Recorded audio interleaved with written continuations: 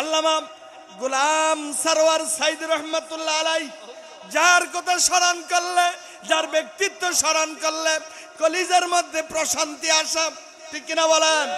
এই মানুষটা যুবকদেরকে কেমনি করে হৃদয়ের আকুতি দিয়া ডেকেছে, ছেলেদেরকে ডেকে ডেকে কেমনি করে করুণার আগে এই দেশের যুবকদের কলিজার মধ্যে নাড়া দিয়েছে। বন্ধু, আজও ছেলেরা যখন কষ্ট পায়, মানুষের যখন ঘুম আসে না, টেনশন ধরে, আজও কিন্তু গোলাম সরওয়ার সাইদ রহমাতুল্লাহ আলাইহির সেই মোবাইলটা খুলে অনলাইন থেকে তার কথাগুলি কানে লাগাইয়া এখনো কলিজা ঠান্ডা করে, ঠিক কিনা বলেন? এ বন্ধু, ও যুবকেরা, আজকে এই তল্লাটের গোপীনাথপুরের মানুষ, আপনাদেরকে আমি আহ্বান জানাই গো, আপনাদের কাছে আমার একটা আজকে হৃদয়ের আকুতি, আপনারা ওই পথ ধরে হক পথে চলবেন। আমার প্রিয় মানুষ, যার চেয়ারে আমি বসেছি, হযরত মাওলানা গোলাম সরওয়ার সাইদি, এখনো যে আওয়াজ যুবকদেরকে দিয়া দিছেন, ওই লোকটার কথা মনে হইলে কলিজা ফেটে যায়, কান্না আসে। বন্ধু, স্মরণ করি, কারণ এই দেশের মানুষের হৃদয় এসে তার জায়গা করে নিতে পেরেছে। বাংলাদেশে বহুত পীর আছে যারা হৃদয়ে জায়গা করতে পারে নাই, ঠিক কিনা বলেন? যার কথায় কলিজা আঘাত করেছে, যার কথা হৃদয় আঘাত করেছে, মানুষ হেদায়েতের পথে এসেছে, যুবকগুলি মসজিদমুখী হয়েছে। ও যুবকেরা, আজকে ওনার মতো করে তোমাদেরকে আমি আহ্বান জানাই। যুবকেরা, এই নেতৃত্ব, এই ক্ষমতার বাহাদুরি, টাকা পয়সার গৌরব, সম্পদের যে হাতছানি, দুনিয়ার জীবনের বৃত্ত বৈভব কিচ্ছু থাকবে না, কিচ্ছু থাকবে না, কিচ্ছু থাকবে না। আর দুনিয়া কুল্লুহা মাতা, এই দুনিয়ার যা কিছু আছে, যা দেখো একবারে সাময়িক, ঠিক কিনা? আমার বন্ধুরা, এজন্য আমরা যখন বলি বছর করে প্রতি বছরের ন্যায় শান্তির পয়গাম, পুণ্যের আহ্বান, জান্নাতের হাতছানি, বরকতের মেহেরবানি নিয়ে আমাদের মাঝে যখন প্রতি বছর রহমতের আশ্বাস, মাগফিরাতের এবং মুক্তির সনদ নিয়ে, প্রতিশ্রুতি নিয়ে, বদরের গৌরব নিয়ে, কদরের সম্মান নিয়ে, সর্বোপরি আমাদের দুনিয়ার জীবনের যত কল্যাণ আছে গো বন্ধু, সব কিছুর একটা বরকতের ফোয়ারা নিয়ে, একটা বিশাল অফার নিয়ে আমাদের মাঝে, আমাদের কাছে উপস্থিত হয়ে যায় মাহে রমাদান। বলেন সুবহানাল্লাহ। এত কিছুর বরকত আমাদের সামনে আছাড়ে। আমার বন্ধুরা, আপনারা জানেন আল্লাহর নবী সাল্লাল্লাহু আলাইহি ওয়াসাল্লাম এই রমাদান আসার আগে আল্লাহ রাসূল সাল্লাল্লাহু আলাইহি সাল্লাম আল্লাহ রাব্বুল আলামিনের কাছে দোয়া করতেন। রব্বুল আলামিন, আপনারা সকলে দোয়া করেছেন, আল্লাহ আমার সাথে পড়েন, আল্লাহুম্মা বারিক লানা ফি রজব ওয়া শাবান ওয়া বাল্লিগনা রমাদান। সুবহানাল্লাহ। আল্লাহ আমাকে শাবান মাস এবং রজব মাস, কয় মাস? এই দুইটা মাস, এই 2 মাসের বরকত দেন। তখন 1 মাস পার হয়েছি, আরেক মাসের প্রায় শেষ। তো এই মাসে এই বরকত, আর রমাদান পর্যন্ত কি বুঝেন না, পৌঁছাই দেওয়া। তো 2 মাসের চাইছে বরকত, রমজানে চাইছে, এই কথাটার অনেক ওজন। আমার বাবাজিরা, বন্ধুরা, ও আমার লতমরার যুবকেরা, আমার মায়েরা, শোনেন গো, আমার আল্লাহর নবী সাল্লাল্লাহু আলাইহি ওয়াসাল্লামের একটা বিশ্বাস হচ্ছে, একটা মনের ইতমিনান হচ্ছে, যদি আমার কোন উম্মত যদি রজব মাস এবং শাবান মাসের বরকত পায়া কোন রকমে যদি রমজান মাস পেয়ে যায়, আর আমার রবের দুয়ারে যদি হাত তুলে যদি জীবনের গুনাহগুলি ক্ষমা চায়, তওবা করি, আমার উম্মতের অতি জীবনের সমস্ত গুনাহগুলি আল্লাহ মাফ করে দিবে। আমার বাবাজিরা, বন্ধুরা,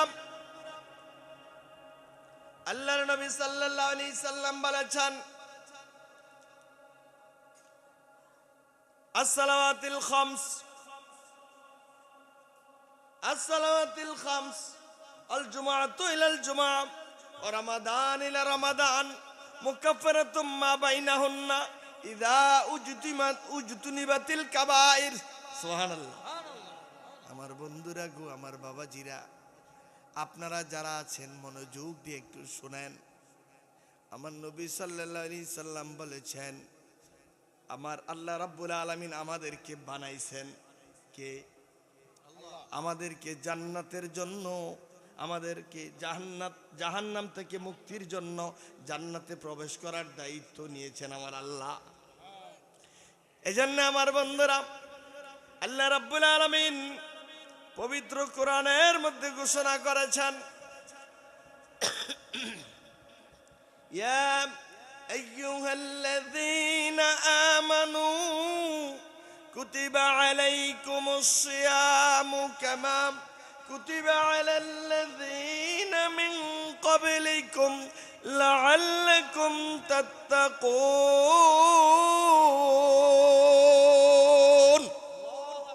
কার কথা? আমার আল্লাহ রাব্বুল আলামিন শর্ত দিয়েছেন গো বন্ধু, শুনো। আমার রব আমাকে আপনাকে শর্ত দিয়েছেন, রমাদানের রোজা ফরজ করেছেন গোটা মানব জাতির জন্য নয়। যখন কোনো আল্লাহর পক্ষ থেকে বিধান নাজিল হয়, আল্লাহ রাব্বুল আলামিন কোরআনের মধ্যে ভাগ করে শ্রেণী বিন্যাস করে দেওয়া হয়েছে। সুবহানাল্লাহ বলবেন না? শ্রেণী বিন্যাস কিছু আয়াত আছে গোটা মানব জাতির জন্য। আল্লাহ কোরআনে মানব জাতিকে উদ্দেশ্য করে বলেছেন, ইয়া আইয়ুহান নাসু উবুদু রাব্বাকুম। সুবহানাল্লাহ। এই গোটা মানব জাতি ইবাদত করো কার? তোমার রবের। আমার বন্ধুরা, আবার কোথাও কোথাও আমার আল্লাহ রাব্বুল আলামিন বলেছেন, ইয়া আইয়ুহাল্লাযীনা আমানু কুতিবা আলাইকুমুস সিয়াম। সুবহানাল্লাহ বলেন। আবার এখানে মুমিনদেরকে আল্লাহ রাব্বুল আলামিন এখানে নির্দিষ্ট করে দিয়েছেন। আবার অন্য আয়াতের মধ্যে আল্লাহ রাব্বুল আলামিন বলেন, ইয়া আইয়ুহাল্লাযীনা আমানু উদখুলু ফিস সিলমি কাফা। তোমরা সকলে মিলে ঈমানদারেরা মুসলমান হও, পরিপূর্ণ ঈমানদার হও, ইসলামের ভিতরে পরিপূর্ণভাবে কি করো? দাখিল হও। এখানে আল্লাহ ঈমানদারকে বলছে তোমরা মুসলিম হও। আবার অন্য আয়াতের মধ্যে আল্লাহ রাব্বুল আলামিন বলছেন যে উইদ্দাত লিল মুত্তাকিন। জান্নাতটা আমি মুত্তাকিদের জন্য ফাইনাল করে রাখছি। সুবহানাল্লাহ বলবেন না? এখানে মুত্তাকিদেরকে বলছেন, এর আগে মুসলমানদেরকে বলছেন, এর আগে আল্লাহ রাব্বুল আলামিন মুমিনদেরকে বলছেন, এর আগে গোটা মানব জাতিকে বলেছেন। অন্য আয়াতের মধ্যে আল্লাহ রাব্বুল আলামিন বলেন, ইন্নাল্লাহ লা ইউদিউ আজরাল মুহসিনিন। মুহসিন বলছে, মুহসিন মানে আল্লাহর নৈকট্যশীল বান্দা, আরো এক ধাপ উপরে। আবার আল্লাহ রাব্বুল আলামিন আবার অন্য জায়গায় বলেছেন, ইয়া আইয়ুহাল্লাযীনা আমানু, হে আমার ঈমানদার বান্দারা শোনো। এই কথা বলে বলে সম্বোধন করে আল্লাহ বলেন, লা ইয়াত্তাখিযুল মুমিনুনাল কাফিরিনা আউলিয়া মিন দুনিল মুমিনিন। আয়াতে আল্লাহ ঈমানদারকে বলি কাফেরের সাথে তোমার বন্ধুত্ব হবে না। ঠিক আছে নি? আবার কাফেরদের জন্য বলা হয়েছে আলাদা। আবার আল্লাহ রাব্বুল আলামিন অন্য আয়াতের মধ্যে বলেন যে অবাশশিরিল মুমিনিন, মুমিনদেরকে কি করো? সুসংবাদ দাও। আবার অন্য আয়াতে বলছে অবাশশিরিল মুনাফিকিন, মুনাফিকদেরকে সুসংবাদ দাও। তাহলে মুনাফিকদেরকেও বলছেন, কাফেরদেরকে আলাদা বলছেন, মুমিনদেরকে আলাদা করছেন, মুত্তাকিদেরকে আলাদা করছেন, আবার মুহসিনদেরকে আলাদা করছেন, আবার মানব জাতিকেও আলাদা। আর এই রমাদানের ক্ষেত্রে আল্লাহ সুবহানাহু ওয়া তাআলা ইমানদারদেরকে ফাইনাল করে বলছে, আমি রোজা সবার উপরে ফরজ করি নাই, আমার ইমানদার বান্দার উপর রোজা ফরজ করছি। সুবহানাল্লাহ, সুবহানাল্লাহ। এটা আলাদা কোয়ালিটি। তাহলে ইমানদার হওয়া জরুরি, কথা কয় না, দরকার, লাগবে নি? আপনারা তো কিছু বলেন না। ইমানদার হওয়া লাগবে কি লাগবে না? তো এখন যদি ইমানের খাতার নাম থাকে না থাকে তাহলে কি? আল্লাহর বন্ধুরা, আপনাদেরকে বলি, যদি সত্যিকারের ইমানের যদি খাতা নামটা লিখে নিতে পারেন, আল্লাহ রাব্বুল আলামিন ইমানদারদের দায়িত্ব আল্লাহ নিজে নিছে। কে নিছে? আল্লাহ নিজে ইমানদারদেরকে ডেকে বলে, বন্ধুরা আমার শোনো, আল্লাহু ওয়ালিউল্লাযীনা আমানু, আমি হইলাম ইমানদারের বন্ধু। মনটা চায় না আল্লাহর বন্ধু হইতে? এবার যদি তারেক জিয়া, আগামী দিন জাতির কর্ণধার হয়ে যাচ্ছে, তারেক জিয়া যদি ইগা কয়, মনির ভাই আপনি হইলেন আমার বন্ধু, মনটা কেমন লাগে? অনেক বড় হয়ে যাবে। তারা মনে বুঝেন আমার কথা না? আপনারা বুঝেননি তো কুদুর উত্তর দেন না। উনি যদি কয় তারেক জিয়া আপনি আমার বন্ধু, কেমন লাগবে ওনার? কেমন ভালো লাগবে না? আল্লাহ আপনারা ডাকিয়া কয় তুমি ইমানদার নি, যদি তুমি ইমানদার হও আমি আল্লাহ তোমার বন্ধু, তোমার লগে আমার বন্ধু, বন্ধু তোমার লগে আমার দোস্তি। আমি আশ্চর্য হয়ে যাই, এই অফারটা আল্লাহ ইমানদারদেরকে করছেন। ইমানদারের বন্ধু কে? আল্লাহ। আল্লাহ আমার দেশের বন্ধু, বন্ধু অনেক সময় বন্ধুরে ফালাইয়া পালাইয়া যায়, আছে না নাই? বন্ধু বন্ধুরে ধরাইয়া দেয়, আসেনি? ও বন্ধু, আমরা কিছুদিন আগে দেখছি বড় বড় মানের লোকেরা, নেতারা তার ঘরের পরিবারের মানুষটি লইয়া উড়াল দা গেছে গা, লগে যত বন্ধু আছিল, মন্ত্রী এমপি আছিল, তারারে ফালাইয়া গেছে। তাহলে কি গেছে নি? তাহলে বন্ধু পুরা বোঝা গেল, কথা কয় না। বন্ধু যদি বিপদে ফালাই দিয়া জায়গা, এটা বন্ধু হয় নেই? এটা কি হয়? এটা বন্ধু হয়? আচ্ছা গেল, আবার বন্ধু বন্ধুরে ধরাইয়া দেয়। নদী দিয়া যাইতে লইছিল আপনার এলাকার এক বন্ধু, হ্যাঁ, তো দর্শক কয় আমারে লইয়া দাও, তো এই দরবেশরে দিয়ে নেও না। দরবেশ বললাম চিনছিল না, এটা বন্ধু নেই, এটা কি বন্ধু? আমারে দর্শক দিকে কি করো, কথা বুঝেন না? তো এটা কি বন্ধু হইল?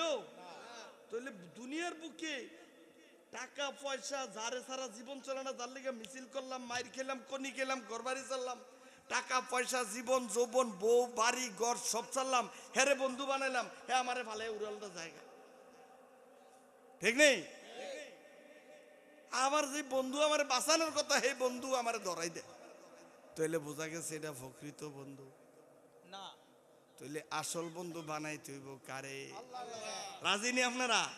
এই জায়গার সিদ্ধান্ত নিছেন নেওয়ালান। আমার আল্লাহ রাব্বুল আলামিন ডাকে বলে, বন্ধু যদি তুই আমার বন্ধু হস, শোন কয় কি আল্লাহ বলেন, আল্লাহু ওয়ালিউল্লাযীনা আমানু, আল্লাহ হইলেন ইমানদারের বন্ধু। আল্লাহু আকবার। তাহলে বন্ধুর পরিচয় কি?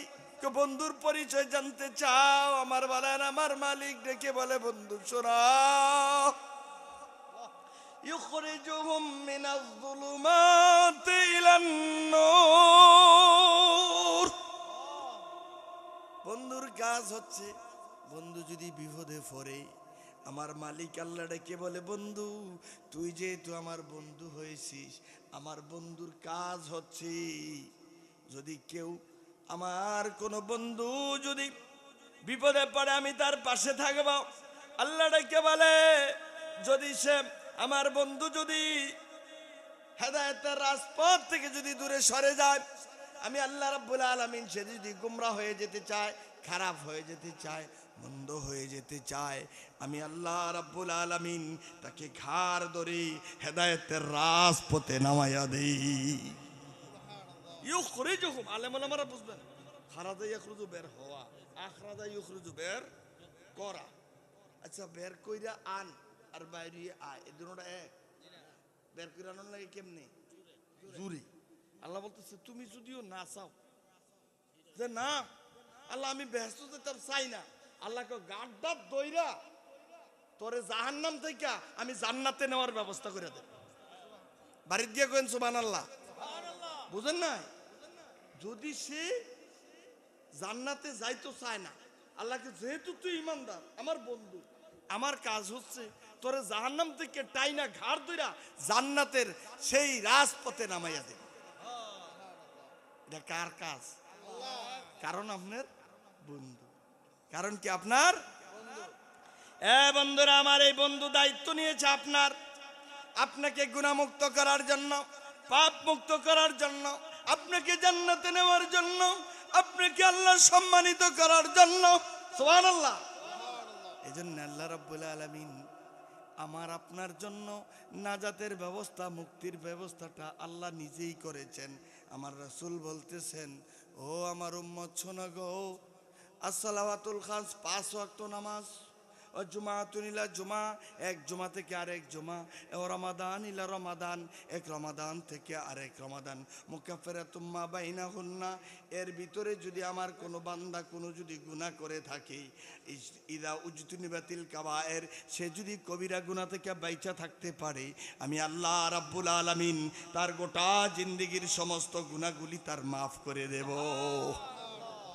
এই ব্যবস্থা কে করছে? অন্য হাদিসের মধ্যে আল্লাহর নবী বলেছেন, মান সামা রমাদানা ঈমানা ওয়া ইহতিসাবা গুফিরা লাহু মা তাকাদ্দামা মিন যামবি।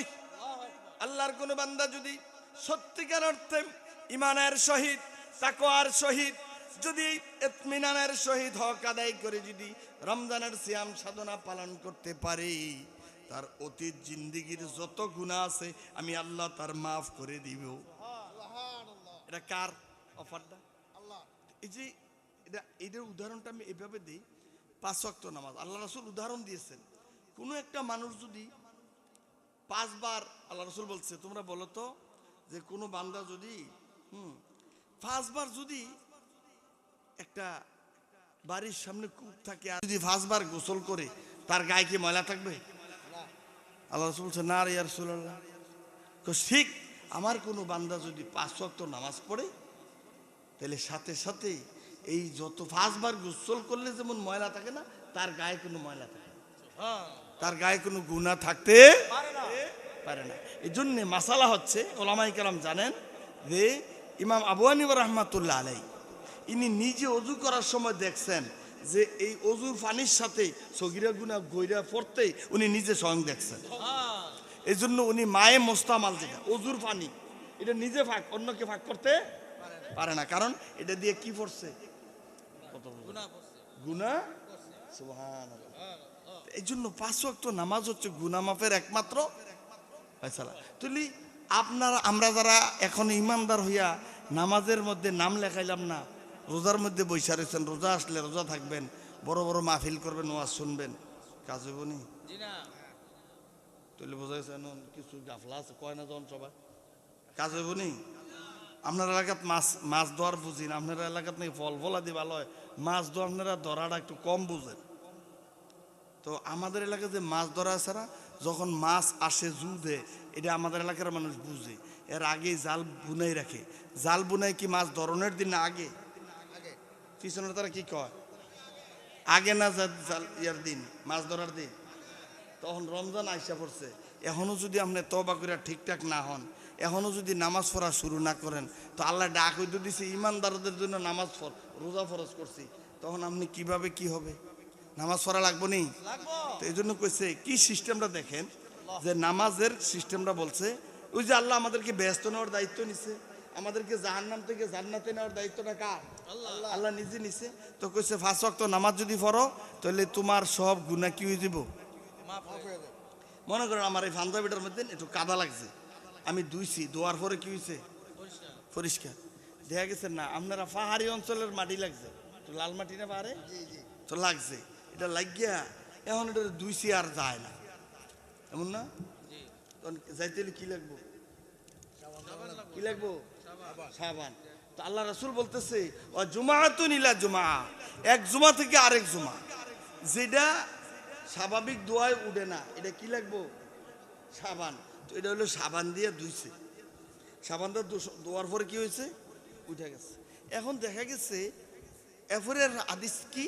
ও রমাদান ইলা, এক রমজান থেকে আরেক রমজান। এখন আপনাদের এলাকার কচু গাছ আছে না, বা অন্য কোনো জায়গার মধ্যে যদি এই যে কষ লাগে না, কষ লাগলে এটা কি সাবান দিলে উঠে না? কি লাগে? ব্লিচিং পাউডার লাগে নেই? তো আল্লাহ রাসূল বলতেছে যে প্রথম রমজান যখন সিয়াম সাধনা করবা, তো রমাদানে তো তোমার কি হয়েছে না, আরে এক ওয়াক্ত থেকে আরেক ওয়াক্তে যেটা যা আছে সব দুনা জুড়ে গেছে। এরপরে দেখা গেছে একটু বেশি লাগিয়া গেছে, তাহলে কি লাগবে? সাবান। তো এটা জুমার দিনে উঠছে, সুবহানাল্লাহ। এরপরে দেখা গেছে আরো কিছু দাগ রয়ে গেছে, তো ব্লিচিং পাউডার থেকে ডেলি ডেলি কাপড় দো, এটা 2-4-6 মাসে, 1 বছরে একবার। তো রমজান মাস বছরে কবার? তো যেটা রয়েছে, যেটা দোয়ায়ও উঠে নাই, সাবানেও এটা কি লাগবো? ব্লিচিং। এটা আল্লাহ সুবহানাহু ওয়া তাআলা আপনার এই গুনাহটা মাফ করার জন্য রমাদান মাস রাখছে। রমাদান মাস রাইখা প্রথম 10 দিন আল্লাহকে রহমতের পানি দা তার গুনাহটি ভিজা। আমার আল্লাহ রাব্বুল আলামিন ডাকে বলে, বান্দারে তোমার রহমতের পানি দিয়া, 10 দিনের রহমতের পানি দিয়া তোমার গুনাহগুলি ভিজাইয়া। ভিজাইলে কি আপনাদের কাছে কি মনে হয়? ভিজাইলে কি ইয়া ময়লা কি উঠে নাকি? টিলা টিলা দাগ উঠে? কি করন লাগে? তো দ্বিতীয় 10 দিনে একটু গোসা মাজা করো। আউয়ালু রহমত আওসাতুহা মাগফিরাত। গোসা মাজা করার পরে তৃতীয় 10 দিন এটারে দুইয়া সুন্দর করে ইস্তারি দাও, দেখবা দাগল একটা কাপড়, সীতাফরাল কাপড়, এটারে যদি ব্লিচিং পাউডার দিয়া ভিজাইয়া রাখো, এরপরে যদি মোড়াও, এরপরে যদি সাবান দিয়া দুইয়া ইস্তারি দিয়া গাও দাও, মনে হইব যেন নতুন কাপড় গায়ে দিলা। আমার আল্লাহটাকে বলে, বন্ধু রমাদান মাসটা আমার মাস, আমি ফজিলতটা তোরে দেয়। আমি হাদিসে কুদসি আল্লাহর নবী সাল্লাল্লাহু আলাইহি সাল্লাম বলেন, আমার কোন উম্মত যদি সত্যিকার অর্থে যদি রমজানের সিয়াম সাধনা করতে পারে, আমার মালিক আল্লাহ রাব্বুল আলামিন যদি বান্দা যদি আল্লাহর কাছে চাইতে পারে গো, আমার রবের কাছে যদি চোখের পানি ফেলে, তাহাজ্জুদ নামাজ পড়ে, তারাবি পড়া যদি আল্লাহকে ডাক দিয়ে বলে, আল্লাহ জীবনে যা করেছি ভুল করেছি আর করব না, এই কথা বলে যদি 5 ওয়াক্ত নামাজ শুরু কইরা যদি রমজানের সিয়াম সাধনা করে, সে যদি দুনিয়ার যত রকমের খারাপি মন্দ কাজ যদি ছেড়ে দেয়, আমার মালিক আল্লাহ রাব্বুল আলামিন তাকে সরাসরি জান্নাতে যাওয়ার ব্যবস্থা করে দিবে। এমনি ব্যস্ত জি না, স্পেশালিটি আছে আরেকদিন সামনে বল, ওলামায়ে কেরাম সামনে বল। আমার বন্ধুর আল্লাহর নবী বলেছেন, ইন্না ফিল জান্নাতি বাবান ইউকালু লাহু রাইয়ান ইয়াদখুলু মিনহুমুস সাইমুন। আমার জান্নাতের মধ্যে একটা স্পেশাল দরজা আছে রে, ওই দরজাটার নাম হচ্ছে কি? রাইয়ান। ইয়াদখুলু মিনহুস সাইমুন, ওই দরজা দিয়ে একমাত্র আমার রোজাদার বন্ধুরা ঢুকবে, আর কেউ ঢুকতে পারবে না। তাহলে রোজাদারের জন্য কি আছে? আল্লাহ রাব্বুল আলামিন স্পেশাল ব্যবস্থা করে রাখছে। সুবহানাল্লাহ বলবেন না? ও বন্ধুরা, এই জন্য আপনাদেরকে বলি, আমার বাবাজিরা বন্ধুরা, এই রমাদান মাস আপনাদের মাঝে আসাছে, আমি আপনাদের মাঝে বলে দেই, এই রমজান মাস আপনাদের জন্য রহমতের সওগাত, মাগফিরাতের হাতছানি, বদরের গৌরব, এই রহমতের মাস, এই সব কিছু আপনাদের জন্যই মাফের মুক্তির সনদ নিয়ে এসেছে মাহে রমাদান। এই মাসে আপনি যত রকমের ভালো কাজ করবেন, প্রত্যেকটা আমল নামাকে আমার মালিক আল্লাহ রাব্বুল আলামিন ইলা আল্লাহ নবী সাল্লাল্লাহু আলাইহি সাল্লাম বলেন, কুল্লু আমালিন ইবনে আদম ইউদাফুল হাসানাতু বি আশরি আমসালিহা ইলা 700 দিফিন। সুবহানাল্লাহ বলেন। আল্লাহর কোন বান্দা যদি একটা ভালো কাজ করে, সাথে সাথে এটা এক না হইয়া সাথে একটা জিরো দিয়া 10 লেখা হয়। আরেকজনের 9.5, আরেকজনের 0, আরেকজনের 1, আরেকজনের 6, ঠিক নেই? কি অনুযায়ী এটা কি বহন করে? কলমও এক, খাতাও এক, প্রশ্নও এক, স্যারও এক, এক্সামিনারও এক। তো বেশ সময় কারণ কি? মেধা, পরীক্ষার্থীর গুণী। এখন এটা আপনার উপর নির্ভর করবে, আপনি কি এটা 10 দিয়ে শুরু করে কি 70 পর্যন্ত নিবেন, না আপনি এডলি চলবে। আমার দেশের মানুষ আছে, কিছু মানুষ, কিছু রিক্সা চালক, শ্রমিক, আপনারা দেখবেন, আমি এটা বানায় বলছি না, রিক্সা চালানোর পরই হে মনে করে কি, যদি দেখে যে পকেটের মধ্যে 300 টাকা হয়েছে, সে বাড়িতে এসে পড়ে, আর চলে না, দরকার নেই, আর কামাই করার দরকার নেই। আর যে বেটার 2টা বাড়ি আছে, হে কি সাইমাতা হে না আরো চলায়, বেশি না কম, তো হে দি বাড়িতে এসে পড়ছে, তাহলে বোঝা গেছে হে আসলে খারাপ ছাত্র। 300 টাকা দিয়ে বাড়িতে এসে পড়ছে, তাহলে কি হে ভালো নাকি? আরো কামাই যে বেশি করানো লাগবো তার এটা চিন্তা নাই। সে মনে করতেছে খাইলে খাইলাম, না খাইলে নেই, ফিরে থাকবো। ওই চিন্তা করতেছে না, একটা বাড়ি করলে হইলো নাকি, 2টা করছে, আরো করা লাগবে, কিছু দান করুম, সদকা করুম, ওটা মসজিদ করুম, মাদ্রাসা করুম। হে চিন্তা করতেছে ফাইলে কামো, না ফাইলে নাই, ঘুমাই থাকলে শুয়ে থাকুন, শেষ। ঘটনাটা কি এটা ভালো না? যদি মনে করেন এটা প্রতিযোগিতা করা লাগবে, আপনি 70 ফাইলেই সবচেয়ে বেশি রেজাল্টের জন্য সবচেয়ে পেরেশানি কে বলেন তো?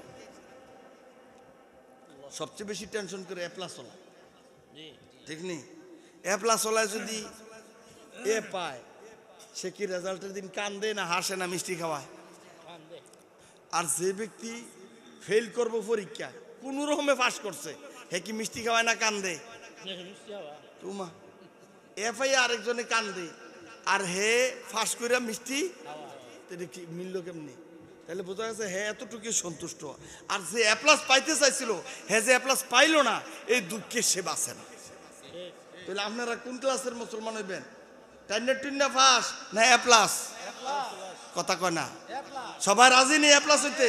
তো A+ হইলে তো কাজ করা লাগবো, লেখাপড়া করা লাগবে। লেখাপড়াটার নাম কি? সুবহানাল্লাহ বলবেন না? এই লেখাপড়াটা হইলো কোরআন পড়তে হবে, কোরআন। কোরআন।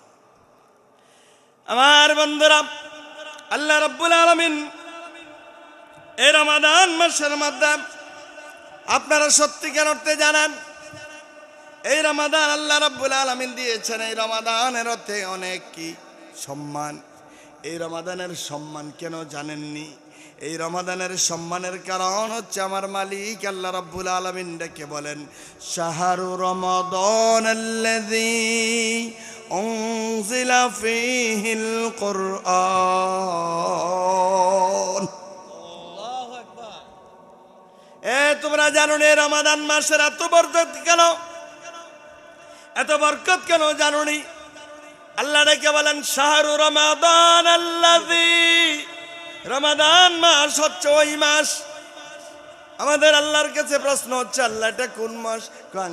আল্লাযী উনজিলা ফীহিল কুরআন, যেই মাসে নাজিল করা হয়েছে পবিত্র কোরআন। এই কোরআন নাজিল করছে কোন মাসে?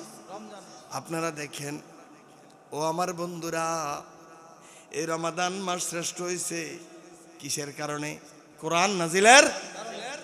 লাইলাতুল কদরের সম্মান কি কারণে?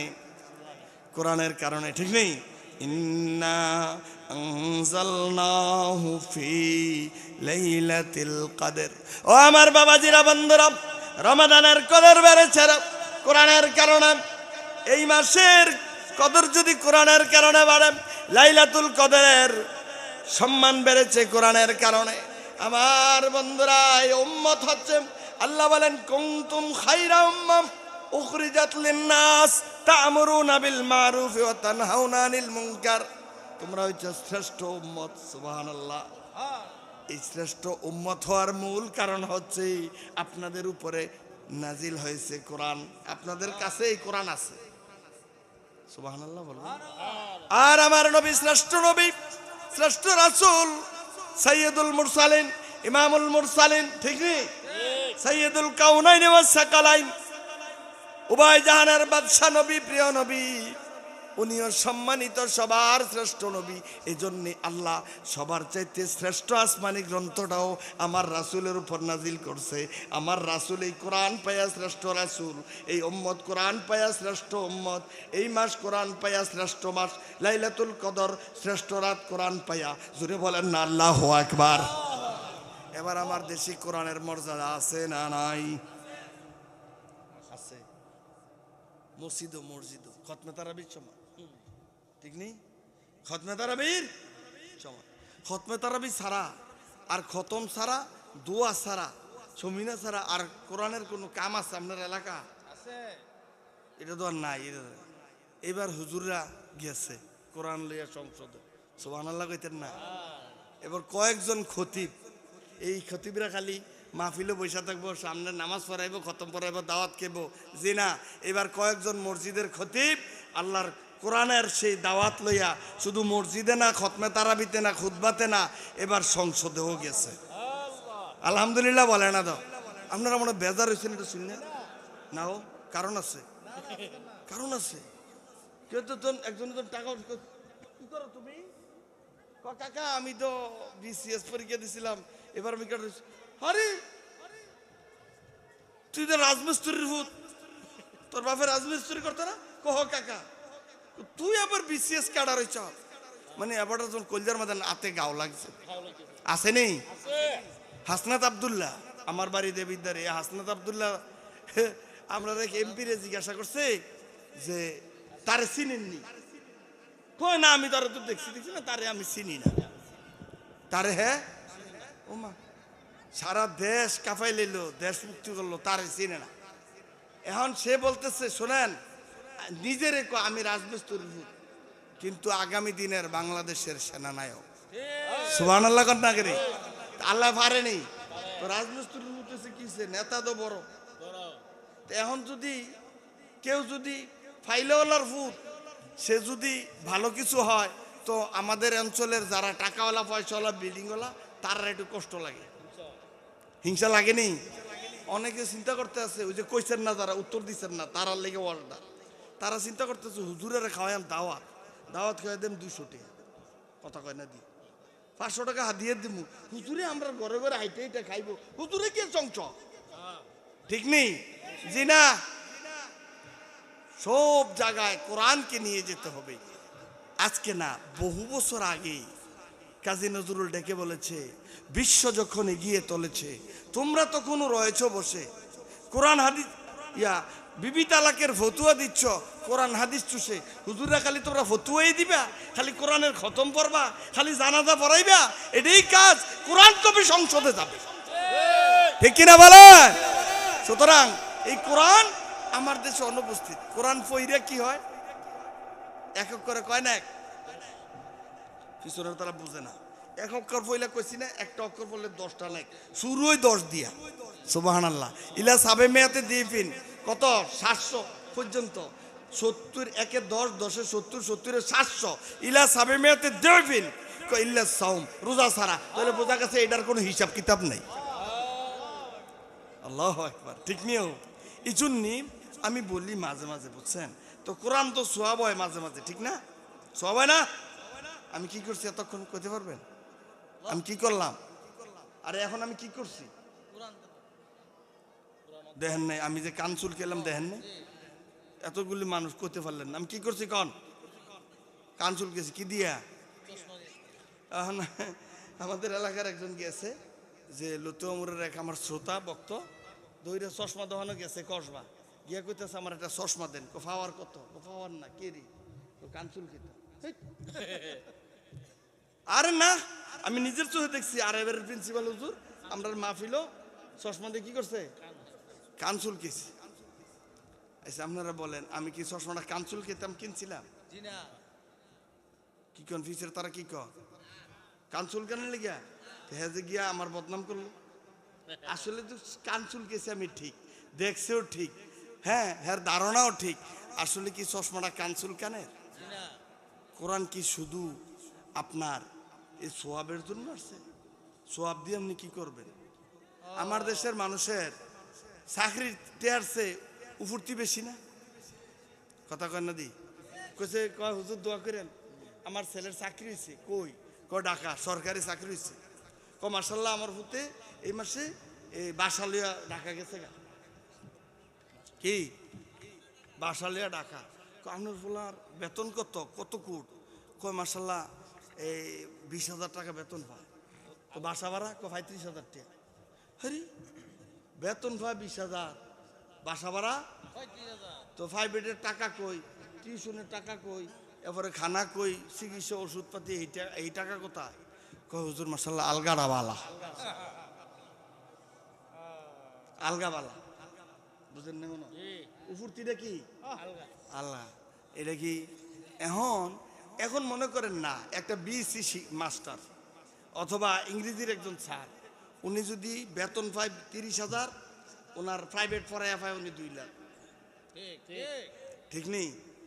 এরপরে একজন যে কোনো আমাদের যত কর্মের লোক আছে দেখবেন, যদি অন্য কাজ করে সকালে একটা গরু ফালবো, বিকালে কিছু কি আছে এই ফলফলাদি করবো, একটা মুরগির খামার, এগুলি কইরা দেখা গেছে মেইন যে বেতনের চাকরি করে এর চেয়ে উপরতি টাকা বেশি।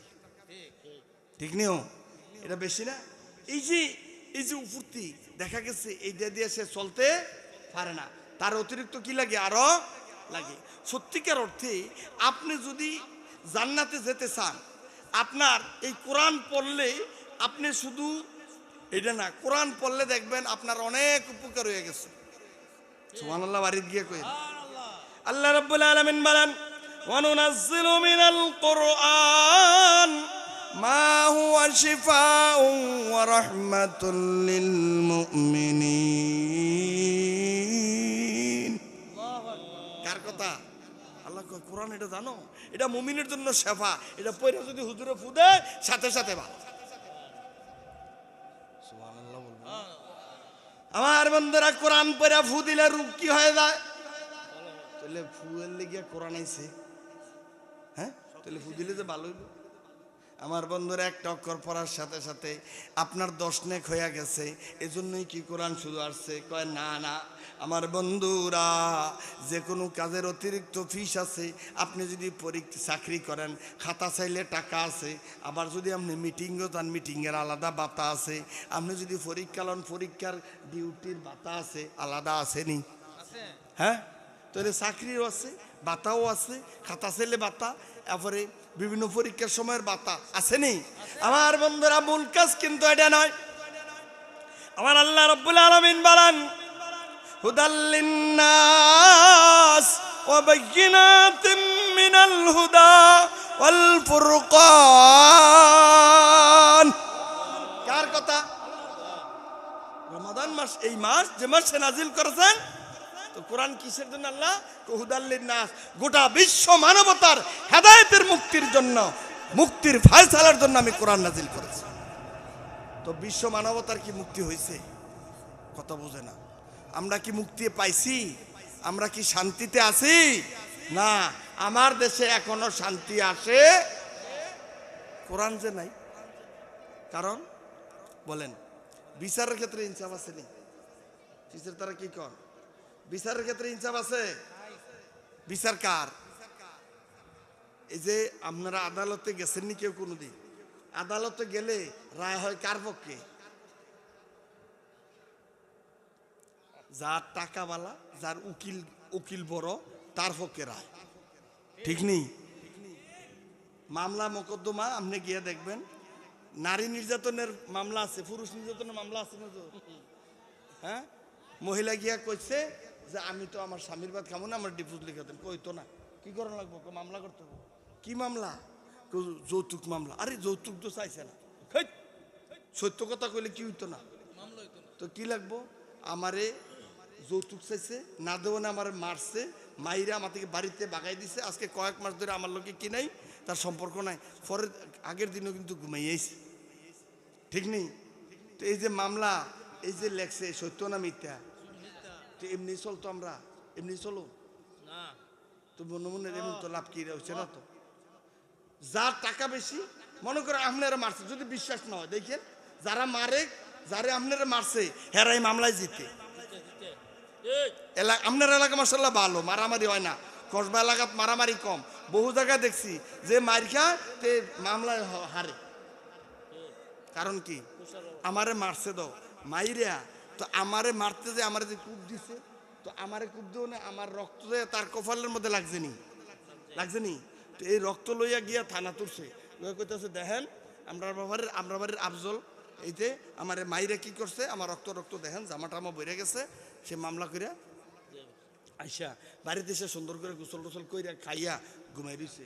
হ্যাঁ গেছে মোটরসাইকেল দিয়ে ফুরু করে গেছে, আবার আইসা পড়ছে। আর হে কেমনে দেবো, টাকা পয়সা তো নাই, মাইটার খাইয়া হে রিক্সা দিয়া দেপের দেপের করে আস্তে আস্তে গেছে। যাইয়া কইতাছে দেখেন আমার সলিমুদ দিয়ে মাইরা, কেউ না আবার সলিমুদ্দি তাহলে তো বিপদ ভরা না, আপনারা কেউ থাকলে মাইন্ড করেন না। কয় মাইরে কি করছে দেখেন, কি হচ্ছে? কয় আমারে মারছে, মামলা করতেছে। আরে তোর তো বিচারি কয় কে রে, তোর নামে এখন মামলা করে গেছে, ঠিক নেই? তোর তো আনতে গেলাম, এখন আইসো ভালো হয়েছে, কারে না মারছে তো আমার, না তুমি মারছো, হ্যাঁ মামলা করে গেছে, দেখো ওই যে ধরাই দিয়ে গেছে। এখন গেলেন আপনি রিক্সা, হ্যাঁ গেছে গা গাড়িতে, আগে গিয়া মামলা করে হ্যাঁ আইসে ঘুমাই দিচ্ছে, আপনি গেছেন পর ধরছে, এটা কি সত্য না মিথ্যা? তো এমনি চলতাম আমরা। হ্যাঁ আমি আমার ফ্যামিলির তারা ওমরা করতে চাইতে আছে, আমি তো কইলাম ভাই এমনি তো ইয়া করা লাগবে, এই ফাস্ট ফুড করা লাগে না আপনারা লাগাত নাকি? তো ফাস্ট ফুড করার লিগে কইলাম ফিস কত, ফিস এত, আমি কত দেওয়া লাগবো, এত দেওয়া লাগবো। আমি আরে আমি ওমরাত যাবো তো, লাভ হইতো না, হজে যান আর ওমরায় যান, কি লাগবো ফিসের, তারা মনে বুঝছে না কি লাগবে। ফাস্ট ফুড করতে হলে কি লাগবো? আলগা লাগবো, আলগা ছাড়া আপনারা এলাকার মসজিদে যদি গম বরাদ্দ হয়, টাকা ছাড়া গম দিয়ে আইনি আসে কবরস্থানের টি মনে করেন, এটা মসজিদ নিলে হইলো, কবরস্থানে যখন মরার পরে সে ঘুমাইবো, হ্যাঁ টাকা ছাড়া গম দিয়ে ছাড় দিব না। এমনি চলতাম আমরা, এমনি চলবে আমাদের। এই রাস্তা ঘাট, ফুল কালবাট, জমি জিরাত, যত জায়গা আছে, চাকরি নকরি, বাংলাদেশে এমন কোনো পিয়ন নাই যার পিয়নের চাকরি হইতে টেহা লাগে না। তো এমনি চলতো দেশটা নাকি? তাহলে এই ওয়াজ তো করতে আসি, কোরআন চলতে আছে, ওয়াজ চলতে আছে, আমাদের সব চলে। এই দুর্নীতি কি বাংলাদেশে থাকবে না উঠবে? কি বলেন, মারামারি হিংসা বিদ্বেষ কি থাকবে না উঠবে? এই কোরআন এসেছে গোটা বিশ্ব মানবতার সব কিছু ঢাক পাশ সব ধূলিসাৎ করে দিয়ে এই সমাজে শান্তি শৃঙ্খলা করার জন্য। লাগবে না শান্তিটা আমার বন্ধুদের জন্য? আল্লাহ রাব্বুল আলামিন বলেন, তাহা মা আনজালনা আলাইকাল কুরআন লিতাশকা। আমার আল্লাহ রাব্বুল আলামিন বলেন, ও দুনিয়াবাসী শোনো, আমি কোরআনের জন্য নাজিল করিনি রে শুধু কোরআন পরে পরে সওয়াব নিবা না, আমি কোরআন নাজিল করেছি গোটা বিশ্ববাসী শান্তিতে থাকবে, চিন্তামুক্ত থাকবে, টেনশন মুক্ত থাকবে, গোটা বিশ্ব মানবতার মুক্তির সনদ হিসাবে আমি আল্লাহ কোরআন নাজিল করেছি। বলেন আল্লাহু আকবার। তাই আমার বাবাজিরা বন্ধুরা, আজকের মাহফিলে যে সমস্ত ওলামায়ে কেরামদের নাম দেখেছি, মনটা ভরে গেছে। এই এলাকায় যখন পাহাড় বেয়ে বেয়ে যখন উঠি, আমি আশ্চর্য হয়ে গেছি এতগুলি আলেম ওলামা দেখি। আপনারা ধন্য এলাকাবাসী। আমি আপনাদের কাছে আড়াইবাড়ির দরবার থেকে এই এলাকার মানুষ সকলে আপনারা তাদেরকে ভালোবাসেন, এই দরবারকে পছন্দ করেন, করেন না? এই দরবারকে ভালোবাসেন। সারা বাংলাদেশে এই দরবারকে একটা হক দরবার মনে করেন। মরহুম মকবুর হযরত মাওলানা আসগর আহমদ আল কাদিরি রহমাতুল্লাহ আলাইহি, উনি এত বড় মাপের আল্লাহর ওলি ছিলেন গো। উনি পবিত্র কাবা শরীফের ইমাম ছিলেন, উনি এখানে ইমামতি করেছেন বন্ধু। এত বড় বাংলাদেশের বুকে নয়, সারা পৃথিবীতে এখন আর আজমিদেরকে সেই কাবা শরীফের ইমাম বানানো হয় না। আপনাদের এই এলাকার একটা রৌনক, আপনাদের এলাকার গৌরব, আপনাদের এলাকার বাতি আড়াইবাড়ি দরবারের হযরত মাওলানা আসগর আহমদ রহমাতুল্লাহ আলাইহি আল কাদেরী, উনি সেই কাবা শরীফের ইমাম ছিলেন। ওনার সেই যোগ্য সাহেবজাদা আপনাদের এখানে যিনি, যাদের স্মরণে আজকে এই মাহফিল করা হয়েছে, তিনি সেই, আমার মনে পড়ে যতটুকু, আমি যতটুকু শুনেছি, উনি যদি কাউকে ফু দিতেন, কোরআনের বরকত পড়ে যদি ফু দিতেন, ইশারায় তিনি যারে ফু দিতেন অসুস্থ থাকলে ভালো হয়ে যাইত। আল্লাহু আকবার বলবেন না? আমি আশ্চর্য হয়ে যাই, এই মানুষগুলি আজকে আমাদের মাঝে নাই। হযরত মাওলানা গোলাম রব্বানী তিনি আল্লাহর একজন ওলি ছিলেন বন্ধু, জবান ছিল না। আল্লাহর নবী সাল্লাল্লাহু আলাইহি সাল্লাম বলেছেন, যার জবান কেড়ে নেওয়া হয়েছে যদি সত্যিকারের ইমানদার হয়, যার চক্ষু কেড়ে নেওয়া হয়েছে তার জান্নাত নিশ্চিত। ও বন্ধুরা আমার, ওনার বেলায়েতের দরজা অনেক আফার ক্লাসের ছিল। উনি ইশারায় অনেক কিছু বুঝাইতে পারতেন, মনের বেদনাগুলি আপনি তার চেহারা দেখলে তার কথা বুঝতে পারতেন। বাচ্চাদেরকে খুব আদর করতেন। উনি পকেটের মধ্যে চকলেট রাখতেন সব সময়, বাচ্চাদেরকে মহব্বত করতেন, বাচ্চাদেরকে দেখলে তিনি আদর করতেন। ওই বাচ্চাগুলি ওনার কাছ থেকে একটু সোহবত নেওয়ার জন্যে, ওনার কাছে আসার জন্যে কাতার ধরে তার সাথে মুসাফা করার জন্য অপেক্ষা করত।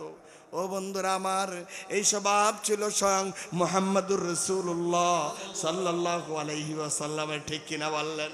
আল্লাহর নবী বলেছেন, মান লাম ইয়ারহাম সগীরানা ওয়া লাম ইউক্কির কাবীরানা ফালাইসা মিন্না। আমার উম্মতের মধ্যে প্রকৃত সে আমার উম্মত নয় যে ছোটকে স্নেহ করে না, বড়কে শ্রদ্ধা করে না। উনি যেই বাচ্চাদেরকে আদর করতেন, বাচ্চারা ওনার কাছে প্রাণ পাইতো, ওনার কাছে আসতো, ওনার সোহবত নিত। ও বন্ধু, ওনার মনটা অনেক বড় ছিল, উদার ছিল। আল্লাহ জবান নিয়ে নিয়েছিলেন ঠিকই, তিনি কিন্তু সত্যিকার অর্থে আমার আল্লাহ রাব্বুল আলামিনের একজন বেলায়েতে কামেল লোক ছিল। বলেন সুবহানাল্লাহ।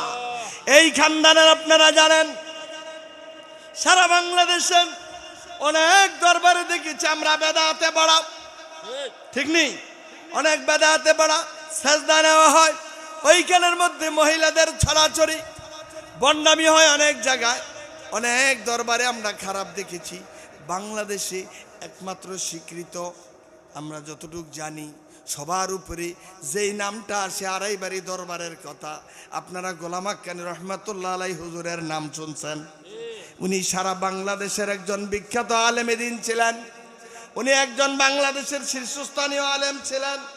শুধু তাই নয় বন্ধু, ওনার যে কিতাবখানা, এই কুতুবখানায় যে কিতাব আছে প্রত্যেকটা কিতাবের মধ্যে বাই লাইনে ওনার দাগ দেওয়া আছে বন্ধু। এই বাংলাদেশের একজন শ্রেষ্ঠ আলেম সৈয়দ কামাল উদ্দিন জাফরি হাফিজাহুল্লাহ, আল্লাহ ওনারে এখনো বাঁচায় রাখছে। ওনার বেয়াই হওয়ার পরে উনি মনে বুঝছে নামকাওয়াস্তে একটা ফিসাব মাত্র আর কি। উনি যখন ওনার বাড়িতে কুতুবখানায় ঢুকলেন, কিতাব নামাইলেন, ওনার সাথে কথা বলার পরে উনি বুঝলেন উনি তো আসলে শুধু একজন পিসাব নয়, গোটা বাংলাদেশের একজন শ্রেষ্ঠ আলেমের অন্তর্ভুক্ত। বলেন সুবহানাল্লাহ। আমার বন্ধুরা, এই খানদানের মানুষগুলি সত্যি বরকতপূর্ণ।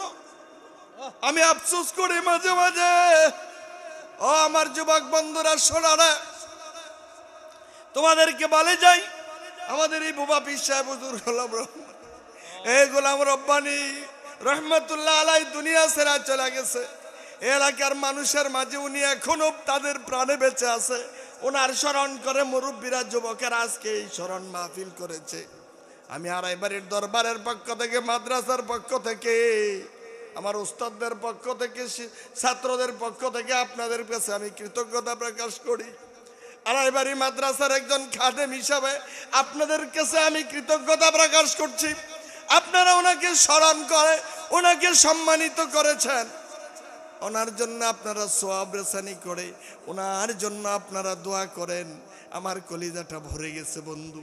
এই জন্যে ওনার যে আবেদন ছিল, নেক কাজ করা, ভালো কাজ করা, সৎ কাজ করা, পরোপকার করা, সত্যের পথে মানুষকে ডাকা, হকের পথে ডাকা, নামাজ পড়া, তাসবিহ তাহলিল, কোরআন তেলাওয়াত করা, মিথ্যা কথা না বলা, হক পথে চলা।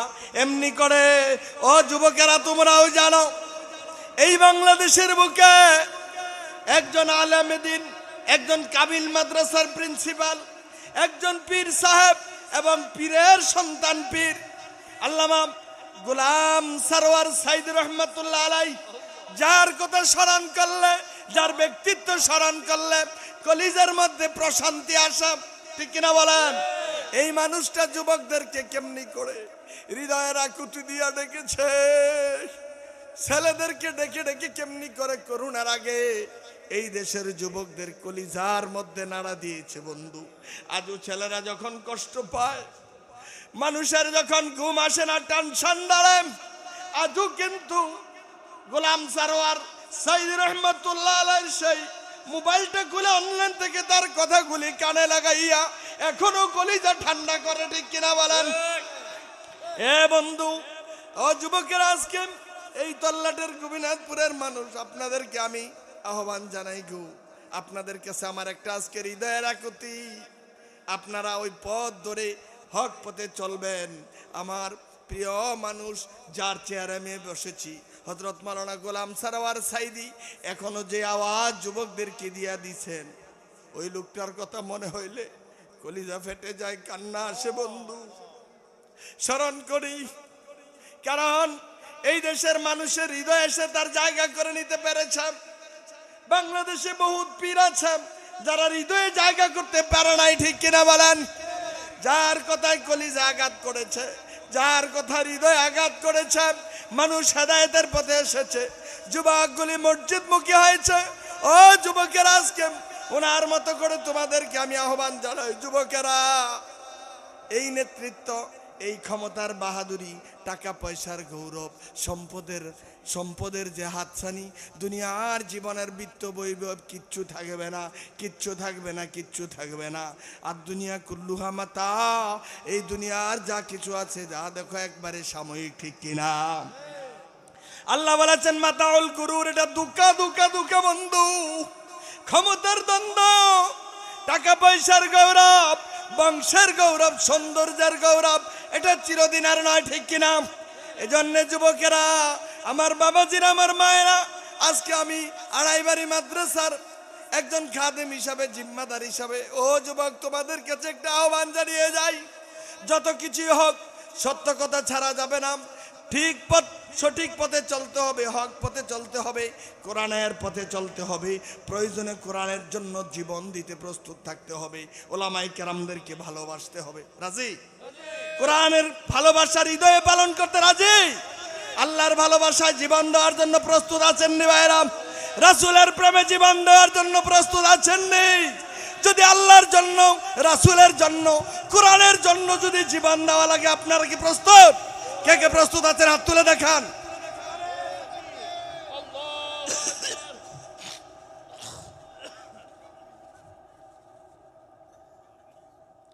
আমার বন্ধুরা, এজন্য আজকে আপনাদের কাছে একটা উদাত্ত আহ্বান জানিয়ে যাই, আসেন সকলে মিলে ঐক্যবদ্ধ হই।